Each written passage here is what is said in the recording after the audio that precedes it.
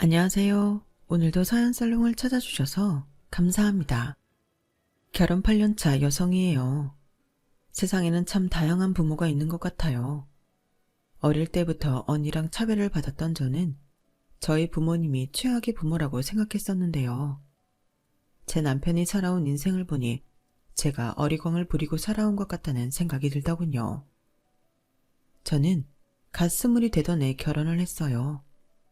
남편과는 고등학교 동창인데 고1 때부터 사귀기 시작했으니까 거의 인생의 절반을 함께 해온 셈이에요. 제가 결혼을 한다고 했을 때 저희 친정에서는 반대가 심했어요.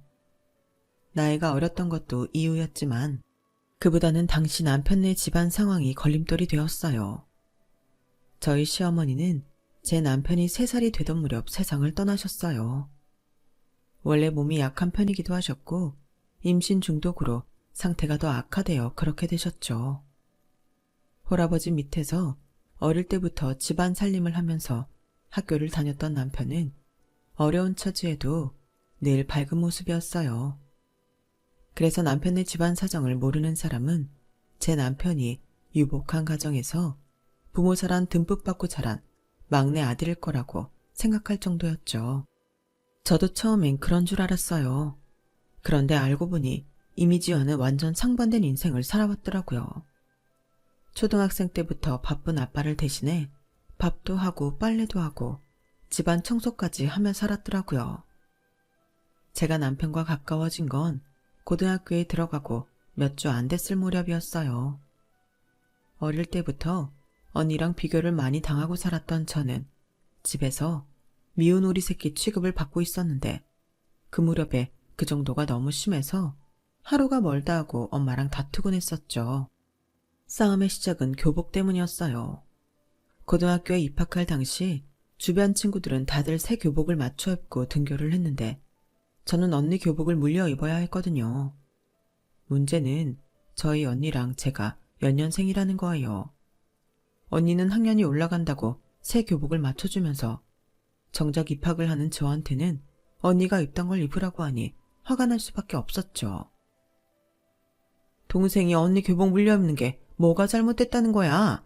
옷에 구멍이 나기랬니? 색일 바르기랬니? 멀쩡한 교복인데 뭐가 문제야?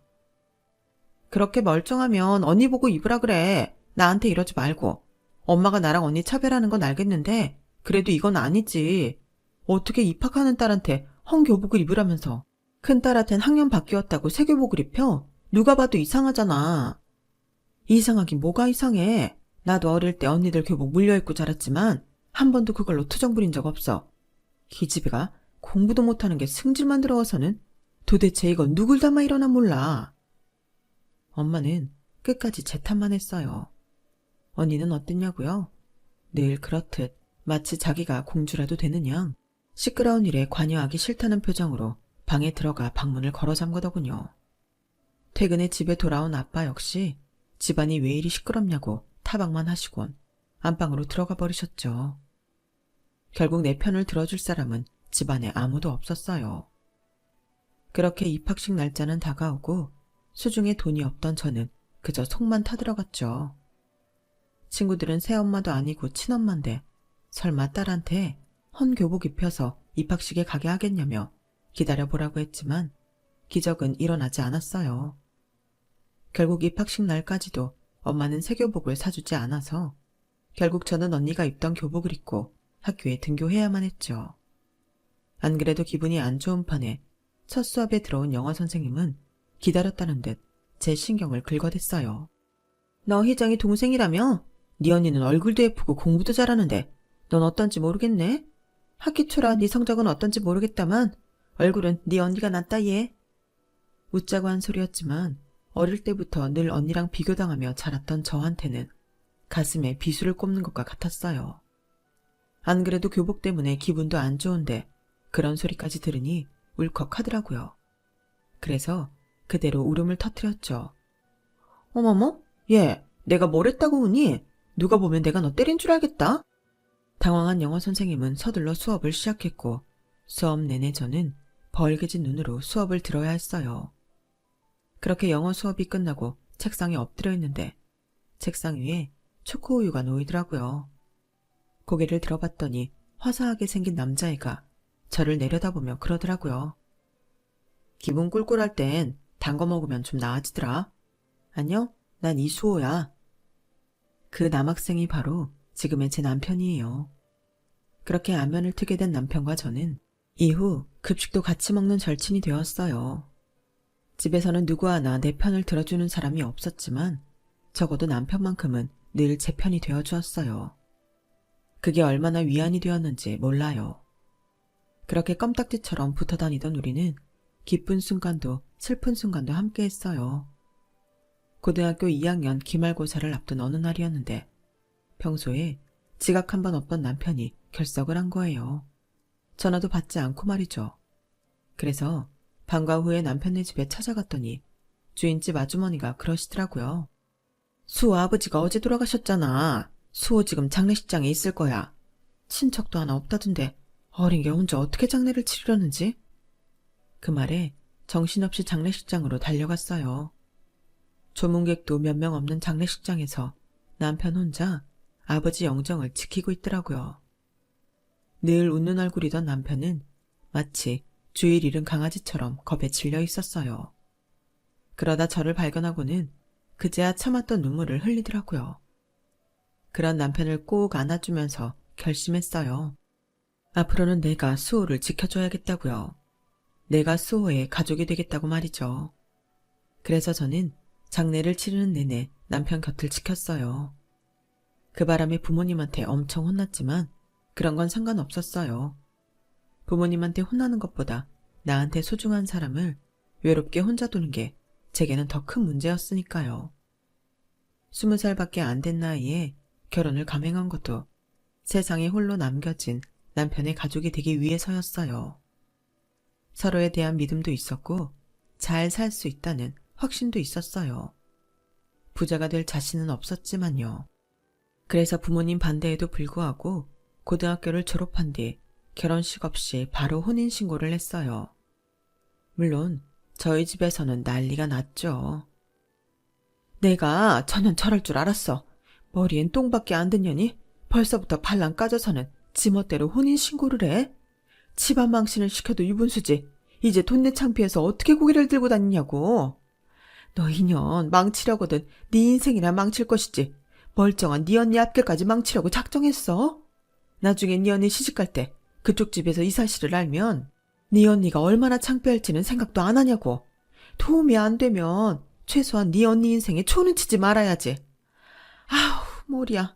내가 천연 때문에 제명에 못 죽어. 엄마는 끝까지 언니 걱정뿐이었어요. 그런 상황에도 아빠는 모든 걸 엄마 탓으로 돌리기에 바빴어요. 이제 와서 누구 탓을 해? 애초에 당신이 집에서 애들을 제대로 가르쳤으면 이런 일이 일어나겠냐고. 어디서 남편감이라고 데려온 놈이 고졸해? 아우, 내가 말을 말아야지. 하여간 집안 꼴 잘 돌아간다. 부모님 중 누구도 제 인생에 대해 걱정하는 분은 없었어요. 그저 남 탓을 하거나 제가 언니 인생에 걸림돌이 되지 않을까만 따질 뿐이었죠. 상황이 이러니 제 남편이 사위 대접을 받는 건 기대도 할 수 없었어요. 혼인신고를 한 뒤 저는 남편이 살고 있는 월세집에 들어가 살게 됐어요. 그 집은 아버님이 살아계실 때 남편과 둘이 살던 집이었어요. 원래는 전세였는데 아버님이 돌아가실 때 남기고 간 빚이 있어서 그걸 갚느라 보증금을 빼서 쓰게 되었던 거였죠. 하루아침에 하나뿐인 아빠마저 잃고 집도 없이 떠돌게 된 남편이 안쓰러워 주인 아주머니가 편의를 봐주셔서 시세보다 저렴하게 살고 있었어요. 상황이 이러니 저희 집에서는 저희 결혼에 말이 많을 수밖에 없었죠. 그런데 부모님께는 말씀 못 드린 비밀이 하나 있었어요. 아버님이 남긴 빚이 다 해결된 게 아니란 거였죠. 일단 급한 건 전세 보증금을 빼서 해결을 했는데 그렇게 갚고도 여전히 빚이 남아 있었거든요. 저야 진작부터 이 사실을 알고 있었고 그래서 더 결혼을 서둘렀던 이유였어요. 같이 벌면 조금 더 빨리 빚을 갚을 수 있을 테니까요. 다만 저희 부모님은 모르는 일이라는 게 문제였죠. 빚 때문이라도 빨리 취직을 해야 했지만 인문계 고등학교를 졸업한 남편과 저로서는 마땅한 자리를 잡기 힘들었어요. 차라리 실업계 고등학교를 졸업했다면 기술직으로 취직이 쉬웠을 텐데 말이에요. 그나마 남편은 고등학생 때부터 하던 패스트푸드 아르바이트 자리라도 있었지만 저는 그마저도 없어서 엄청 초조하기만 했어요.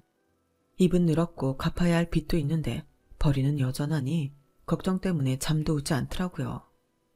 상황이 그렇게 되자 그제야 세상에서 가장 쉬운 게 공부였다는 걸 알겠더라고요. 부모님 그늘에 있을 때는 하지 않았던 생계에 대한 고민을 하게 됐으니까요. 그래도 사람이 죽으란 법은 없다고 주변 어른들 덕분에 얼마 뒤 우리 부부는 안정된 직장을 얻을 수 있었어요. 남편은 통장님 주선으로 카센터에서 일하게 되었고 저는 정육점 아줌마 동생이 운영하는 빵집에 취직을 하게 되었거든요. 인터넷 기사에 종종 나오는 대졸 평균 월급에 비하면 한참 모자란 액수였지만 우리 부부의 상황에는 이게 어디냐 싶을 정도였어요. 카센터에 들어간 남편은 처음엔 기술이 없어서 잡일을 주로 했지만 주인 아저씨가 워낙 좋은 분이셔서 조금씩 일을 배워나갈 수 있었어요. 저 역시 처음엔 홀에서 파트타임으로 일을 시작했는데 3달이 지나자 정직원으로 승격돼서 풀타임으로 일할 수 있게 되었죠. 거기다 반년쯤 지난 뒤부터는 사장님 권유로 제빵학원을 다니며 일할 수 있게 되었어요. 홀에서 하는 일은 기술이 없어도 되니까 취직도 하기 쉬워. 하지만 그건 언제든 나 아닌 다른 사람으로 대체될 수도 있다는 얘기이기도 해. 수정아, 지금은 네가 아직 어려서 일자리도 많겠지만 애 낳고 나이 들면 점점 더 일자리 구하기 힘들어질 거야. 그러니까 지금부터 기술 배워서 네 장사를 할 수 있는 능력을 길러놔. 기술만 있으면 사람은 어떻게든 먹고 살 수 있으니까. 저희 부모님은 한 번도 제 미래에 대해 진지하게 고민해 주신 적이 없는데 정작 피 한 방울 안 섞인 사장님은 제 걱정부터 해주시더라고요.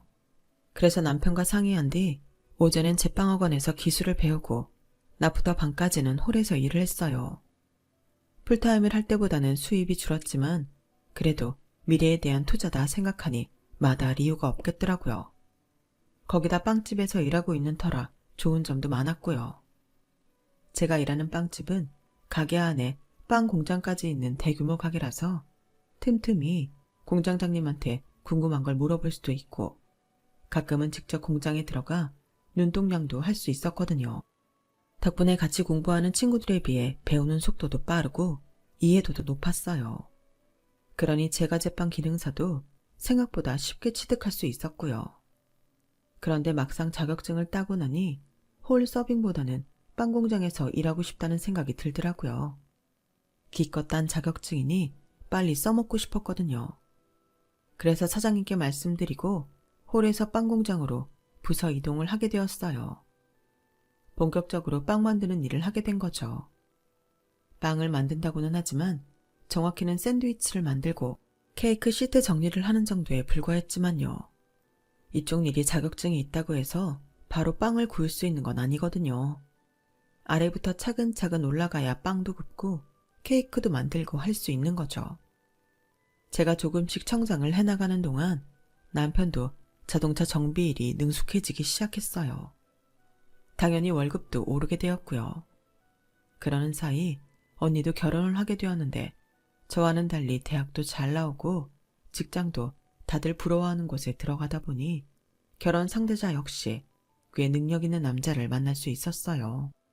그 바람에 저희 집에서 제 남편 입지는 더 좁아지게 되었죠. 우리 큰사위는 어쩜 선물 고르는 센스도 이렇게 좋을까? 사온 것마다 마음에 안 드는 게 없어. 이래서 여자는 남자를 잘 만나야 한다는 거야. 같은 사위인데도 우리 집 둘째 사위는 평생 가야 제대로 된 선물 하나 하는 적이 없지. 엄마는 형부가 사다 주는 명품백에 고가의 화장품 선물을 받으며 당연하다는 듯 제 남편과 비교를 해댔거든요. 이보게, 자네는 언제까지 손에 기름 묻혀가며 살 생각인가? 자동차 정비 일에서 언제 돈을 버냔 말이야. 그런 일을 하려거든 눈에 안 보이는 곳에서 하든지. 하필이면 엎어지면 코 닿을 데서 일을 하냐고. 내가 동네 사람들 보기 창피해서 동네에 다닐 수가 없어. 죄송합니다, 장모님. 하지만 저도 장인 장모님께 누워 안 끼치려고 저도 열심히 하고 있으니까 조금만 기다려주세요. 안 그래도 사장님이 슬슬 제 가게 차려서 독립하라고 하시더라고요. 독립해서 자리만 잡으면 그땐 장모님 여행도 보내드리고 그동안 못해드린 효도도 많이 할게요. 하이고 어느 세월에 자네 성공 기다리다가 내가 먼저 저 세상 가겠네. 엄마 그만 좀 해. 이가 엄마한테 뭘 그렇게 잘못했다고 볼 때마다 사람을 잡아.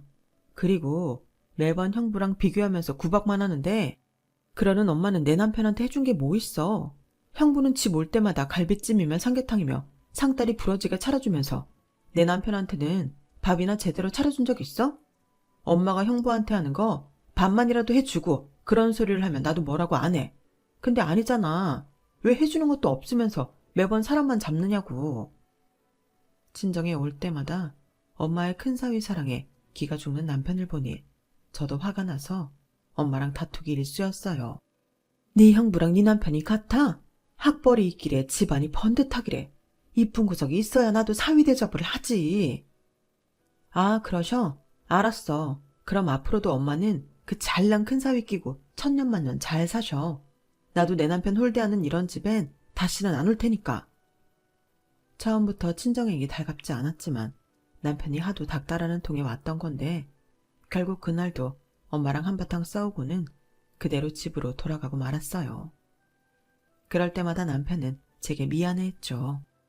수정아, 난 괜찮아. 어머님이 말은 그렇게 하셔도 은근히 날 많이 챙겨주셔. 우리 카센터에 지인분들도 많이 소개해주시고 집에 무슨 일 생기면 형님이 아니라 나부터 찾아주신다고. 그게 무슨 뜻이겠어. 맞사이보다는 내가 더 편하셔서 그런 거 아니겠어? 그래서 난 더 좋아. 그러니까 장모님한테 너무 서운해하지 마. 이 바보야. 그게 뭐가 좋아? 우리 엄마는 네가 만만하니까 부려먹는 것뿐이라고. 너도 화나잖아. 근데 왜 매번 참기만 하는 건데? 네가 이러면 우리 엄마는 앞으로도 안 달라질 거라고. 남편한테 투정을 부리기는 했지만 제가 왜 이 사람 속을 모르겠어요. 때려서 안 아픈 사람 없고 욕먹어서 기분 안 나쁜 사람 없는 건데요. 차라리 고약한 시어머니라도 살아만 계셨더라면 이럴 때 남편의 편이 되어주셨을 텐데 하는 생각이 들었어요. 그런데 제 바람이 이루어지기라도 한 것처럼 생각지도 못한 일이 벌어진 거예요. 죽은 줄 알았던 시어머니가 정말 눈앞에 나타나신 거죠. 그날도 아침 일찍부터 출근해 하루 종일 빵구경에서 씨름하다 퇴근을 했는데 집 앞에 웬 아주머니가 서성대고 있더라고요. 그러다 제가 현관문 앞에서 번호키를 누르자 다가와서는 그러는 거예요. 아가씨가 이 집 살아요? 그럼 여기 살던 사람들은 이사 갔나요? 제가 여기는 30년 가까이 남편과 시아버지가 살던 집이라고 말을 했더니 아주머니가 놀란 표정으로 머뭇거리더라고요. 그리고는 입을 열었는데 네? 아주머니가 우리 그의 어머님이라고요? 그럴 리가 없는데요. 시어머니는 제 남편이 3달 되던 해 돌아가셨다고 들었어요. 25년 전에 돌아가신 분이 어떻게 살아 돌아와요? 수호 아빠가 그랬대요? 내가 죽었다고? 하긴 그 사람한테 나는 이미 죽은 사람이나 진배 없겠네요. 그래도 그렇지 어쩜 멀쩡히 살아있는 사람을 죽일 수가 있는 건지. 아니 그럼 우리 수호도 내가 죽은 줄 알고 있겠네요? 아주머니는 당황한 표정으로 되물었어요. 하지만 제가 대답해드릴 문제는 아닌 것 같아서 일단 남편을 불렀어요. 제 전화를 받은 남편은 불이 나게 집으로 달려왔죠. 아주머니는 제 남편을 보자마자 덥석 끌어안으며 눈물을 흘리셨어요. 남편은 어리둥절한 표정이긴 했지만 아주머니를 밀어내지는 않더라고요. 그리고는 울먹이는 목소리로 엄마 라고 부르지 뭐예요. 알고 보니 남편도 어렴풋이 자기 엄마가 죽지 않았다는 걸 알고 있던 모양이었어요. 저도 생각해보니 지금껏 단 한 번도 시어머니를 모신 납골당이나 묘에 가본 적이 없었더라고요. 아빠가 엄마에게는 통 안 하셨어요. 그저 제가 3살 때 돌아가셨다는 말밖에는요. 그런데 아빠 사망신고를 하려고 갔다가 서류상으로 엄마가 생존해 계시다는 걸 알았어요. 다시 만나게 될 줄은 몰랐지만요. 남편은 어머님 손을 꼭 잡고는 힘겹게 얘기를 꺼냈어요. 어머님도 그런 아들을 보며 연신 눈물을 찍어내셨죠. 그리고는 지난날 있었던 일을 이야기해 주셨어요. 당시 아버님이 하시던 사업이 잘못돼서 큰 빚을 지게 됐고 그 바람에 어머님이 이혼을 요구하셨던 모양이더라고요. 아버님은 수호를 생각해서라도 이혼은 안 된다고 버티셨고 참다 못한 어머님은 결국 도망을 치게 된 거였죠. 그 후로 종종 동네에 찾아와 몰래 수호가 자라는 모습을 지켜보셨다고 하더군요. 네 아빠한테 붙잡힐까봐 네 앞에 나타날 수가 없었다. 핑계라고 해도 좋아. 하지만 그때는 나도 어떻게든 살아야 했으니까. 미안하다 수호야. 내가 너한테 입이 10개라도 할 말이 없구나. 솔직히 저는 시어머니에 대해서는 미심쩍은 구석은 많았어요. 하지만 죽은 줄 알았던 엄마가 돌아와서 남편이 행복해하는 모습을 보니 말을 꺼낼 수 없더라고요. 제가 갑작스런 시어머니의 등장에 대해 의구심을 가지게 된 데는 여러 가지 이유가 있었지만 그중 가장 큰 이유는 나타난 시기였어요. 하필 남편과 제가 아버님이 남기신 빚을 다 갚은 시점에 어머님이 등장하셨으니까요. 우리 부부는 결혼하고 8년 동안 정말 쉼없이 그 빚을 갚아왔거든요. 남편이 군대에 가 있는 동안에도 제가 그 빚을 갚느라 얼마나 힘이 들었나 몰라요.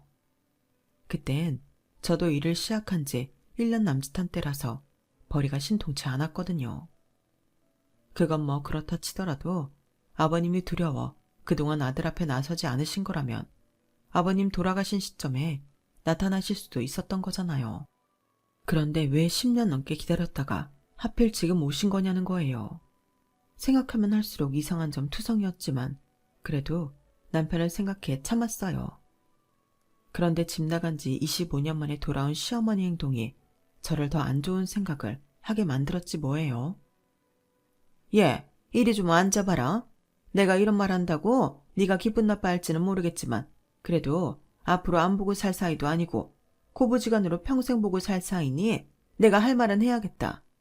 내가 우리 수호한테 지은 죄가 있어서 죄인처럼 살아야 하는 건 안다. 하지만 내가 너한테 죄 지은 건 아니잖니? 그러니 앞으로 시어머니 대접은 제대로 해줬으면 좋겠구나. 이렇게 시작된 시어머니의 훈계는 끝없이 이어졌어요. 일단 내가 지낼 방말인데 나는 지금껏 침대 생활을 해와서 바닥에서는 못 잔다. 듣자 하니 너 시집 올 때 혼수 하나 없이 못 만들어 왔다던데 그건 좀 경우에 없는 일 아니니? 그렇다고 이제 와서 혼수를 해오라고 할 수는 없는 노릇이고 아쉬우나마 내 방에 돌침대 하나는 놔줬으면 좋겠다. 그리고 내가 피부가 좀 건조해서 그러니 가습기도 하나 놔줬으면 한다. 이 정도면 그리 과한 부탁은 아닌 것 같은데 넌 어떻게 생각하니? 나 참, 이게 과한 게 아니라고요? 돌침대가 얼만데. 아니 겉보다 코딱지만한 방에 무슨 얼어 죽을 돌침대예요. 그런데 이게 다가 아니었어요. 남편이 없을 때면 저를 붙잡고 이거 해라 저거 해라 어찌나 요구사항이 많으신지. 이래서 사람들이 고부간의 갈등을 겪는구나 싶더라고요. 남편은 오랜만에 만난 엄마라 그런지 어머님의 터무니없는 요구를 그냥 들어드리라고 하더라고요.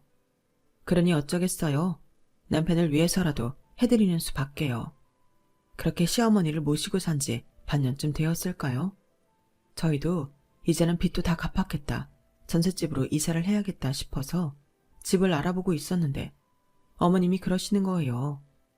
애초에 저희가 살던 집은 아버님과 어머님이 결혼할 때 돈을 합해 얻은 집이니 그 지분을 받고 싶다고요. 돈으로 달라는 건 아니고 어차피 나도 함께 살 집이니까 계약할 때 공동명의로 해달라는 얘기다. 따지고 보면 이 집이 그래도 내 남편이 남긴 유산 아니겠니? 그러니 나도 일부분은 받을 자격이 있다고 생각한다. 어머님, 유산이라뇨. 그동안 저희가 갚아온 아버님 빚이 얼만데요. 어머님, 이건 좀 너무하신 건 아닌가요? 아니, 그 이랑 얘기는 하신 거예요? 수호가 그렇게 하자고 해요? 예, 여기서 수호 얘기가 왜 나오니? 너 지금 내 아들 앞세워 날 못된 시어미 만들 셈이냐? 네가 제대로 정신이 박힌 며느리라면 내가 먼저 이런 얘기 꺼내기 전에 네가 먼저 꺼냈어야 하는 말이야. 아무리 네가 철없는 나이에 시집을 왔다고는 해도 이제 먹을 만큼 나이도 먹었는데 어쩜 생각하는 수준이 고등학생만도 못하니? 시끄럽게 따질 거 없이 내가 하자는 대로 하기나 해. 내가 직접 수호한테 이런 얘기 꺼내긴 좀 껄끄러우니까 네가 수호한테 말해서 공동명의로 하자고 해라. 정말 난데없이 나타나서는 자기 실속만 챙기려 드는데 정말 사람 미치겠더라고요.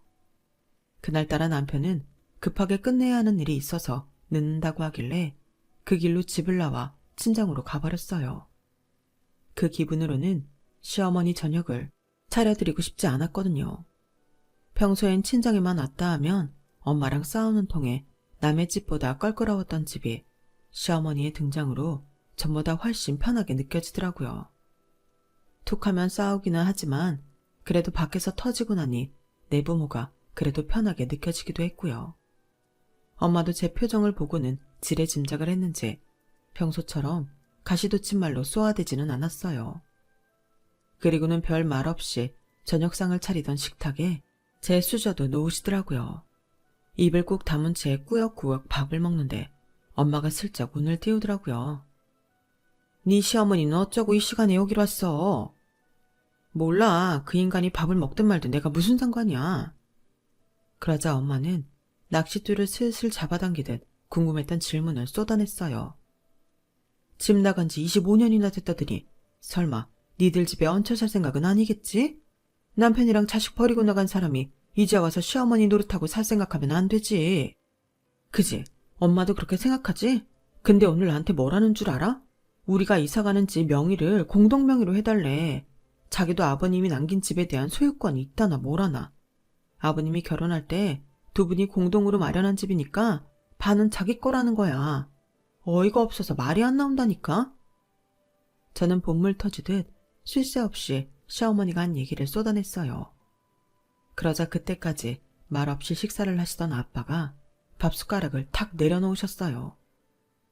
그 여자가 그러든 그 집 구할 때 자기 돈도 들어갔다고? 이제와 남편 유산 챙기겠대? 이런 미친년이 다 있나? 제가 그렇다고 대답하자 아빠는 얼굴이 굳어져서는 안방에 들어가 뭔가를 챙겨 나오셨어요. 딱 보기에도 오래된 누런 서류 봉투였죠. 수정이 너 밥 다 먹었으면 옷 입어라. 나랑 네 집에 좀 가자.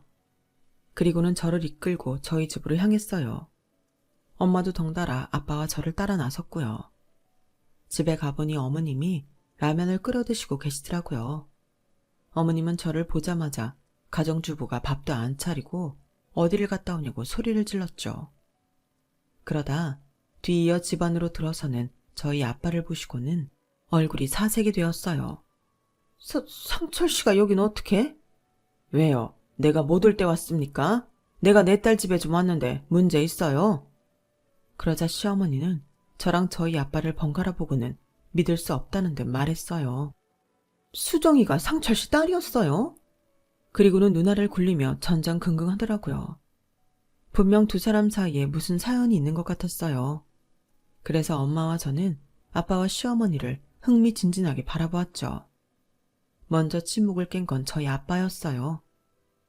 수정이한테 듣자하니 재수 씨가 이 집에 대한 소유권을 주장했다는데 그 말이 맞습니까?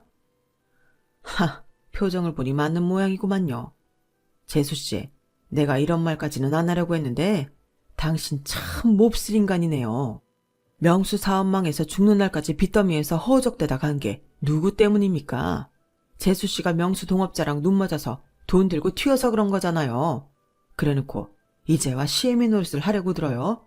자식 앞에 부끄럽지도 않냐고요. 내가 수호 생각해서 그동안 입 꾹 다물고 살았는데 재수 씨 이러는 거 아닙니다. 사람이라면 남편 인생 말아먹은 것도 모자라 불쌍한 자식 인생까지 망치는 짓 하면 안 되는 거라고요. 그쪽이 남편 유산 운운하며 이 집에 대한 소유권 주장한다길래 나도 이참에 묵은 빚 좀 받으러 왔습니다. 명수 결혼할 때 나한테 돈 빌린 거 기억하죠? 신혼집 구한다고 빌려간 거니 재수 씨도 잘 알 겁니다. 그때 받아둔 차용증 여기 있으니 확인해 보세요. 아빠가 건넨 서류 봉투에는 오래전 작성한 차용증이 들어있었어요. 거기에는 수호 아버지 도장과 함께 시어머니 도장도 찍혀 있었죠. 바람난 마누라 때문에 인생 망친 명수도 불쌍하고 내가 우리 딸이랑 결혼하고 난 후에 한 사실이지만 어린 나이에 부모 잃고 부모비 갚하게만 사는 수호도 불쌍해서 그간 말 않고 있었는데 재수 씨가 유산 받겠다는 얘기를 하니까 나도 가만히는 못 있겠더라고요. 그래서 이참에 재수 씨한테 이비 다 받아내야겠습니다. 그러자 시어머니가 표독스럽게 인상을 쓰며 그러는 거예요. 그 빚을 왜 내가 갚아요? 유산은 아들이 받았는데 내가 왜요? 돈 받고 싶으면 수호한테 받으세요. 난 모르는 일입니다. 그때였어요. 엄마, 언제 왔는지 남편이 현관에 서서 떨리는 목소리로 말했어요. 정말 엄마가 우릴 떠난 이유가 남자 때문이었어요? 아빠가 빚더미에 앉은 게 엄마 때문이었냐고요. 그래놓고 이제 와서 아빠 유산을 챙기겠다고요? 아빠도 내 인생도 이렇게 망가뜨려놓고 미안한 마음도 없이 돈만 챙길 생각이냐고요. 아빠는 죽는 순간까지 엄마에 대해 나쁜 말 한 적 단 한 번도 없었어요. 적어도 자식한테만큼은 좋은 엄마로 남겨주고 싶으셨을 테니까요. 그런데 엄마는 그런 사랑 받을 자격도 없는 사람이었네요. 아빠가 불쌍해요. 엄마 같은 사람 때문에 고생만 하다 간 아빠가 불쌍하다고요. 차라리 오지 말지 그랬어요. 그랬으면 지금처럼 엄마를 미워하게는 안 됐을 텐데. 남편은 주저앉아 울음을 터뜨렸어요. 그런데도 시어머니는 독을 쓰고 씩씩거리기만 했죠. 마치 자신의 본 모습이 들킨 게 억울하다는 듯이요. 뭐 이렇게 된 거 어쩔 수 없구나. 이제부터라도 지난 일 다 털고 네 엄마로 제대로 살아보려고 했는데 상황이 이렇게 됐으니 별 수 있겠니? 다시 남남으로 지낸 수밖에. 수어 너도 내 얼굴 보고 살기 싫을 테니까 내가 나가마. 시어머니가 방에 들어가 서둘러 짐가방을 챙겨 나왔어요. 그러자 저희 아빠가 그 앞을 가로막았죠. 가긴 어디를 간다는 겁니까? 아직 계산이 안 끝났잖아요. 이 차용증에 분명히 재수씨 도장 찍혀있죠. 그러니 빚 갚으세요. 이건 수호 앞으로 된 빚도 아니고 당사자가 이렇게 살아있으니 온전한 재수씨 빚입니다. 그간 밀린 이자까지 합해서 10원짜리 동전 하나 빠짐없이 다 받을 테니까 10년이 걸리든 50년이 걸리든 다 갚으라고요. 그제야 자신이 벗어날 길이 없다는 걸 알게 된 시어머니는 세상 불쌍한 척을 해가며 싹싹 빌었어요. 하지만 아빠는 절대 속아주지 않았죠. 결국 아빠는 시어머니를 데리고 근처 파출소로 향했고 얼마 뒤 소송을 통해 시어머니한테 밀린 빚을 받아냈어요. 전부는 아니고 일부분이었지만 앞으로도 매달 일정 금액을 받기로 했죠. 그렇게 받은 돈은 저희가 전셋집 구하는데 보태주셨어요. 어차피 처음부터 받을 생각이 없었던 돈이라면서요. 이번 일을 겪으면서 많은 변화도 있었어요. 무엇보다 저희 엄마가 많이 변하셨죠. 그날 제 남편이 시어머니 때문에 주저앉아 우는 모습을 본 엄마가 많은 심경의 변화를 일으키셨거든요. 자식 키우는 부모로서 제 남편이 너무 불쌍하고 괜히 미안해졌다나요? 그래서 지금은 저희 형부보다 제 남편을 더 챙기신답니다. 결혼할 때 남편에 대해 모르고 반대한 아빠도 미안함과 남편의 삶에 대한 안타까움에 그동안 아무 말 못했는데 이제 남편을 대놓고 챙기시고요. 아무나 안 준다는 삼계탕 다리도 제 남편 손에 쥐어주실 정도로요. 비록 남편은 친모는 잃었지만 그래도 장인과 장모를 얻을 수 있어서 자기는 행복하다고 하더군요. 하지만 그 속이 오죽하겠어요. 그래서 앞으로는 제가 더 남편을 아끼고 보듬어 주려고 합니다. 아, 뱃속에 있는 우리 아기와 함께요. 미우나 고우나 가족밖에 없는 것 같다는 생각을 하게 됩니다. 지금까지 제 사연을 들어주셔서 감사합니다. 소중한 가족들과 건강하게 행복하세요. 여러분, 사연 댓글에 응원과 현명한 조언 부탁드려요. 좋아요와 구독은 저에게 큰 힘이 됩니다. 오늘도 좋은 일 가득하세요.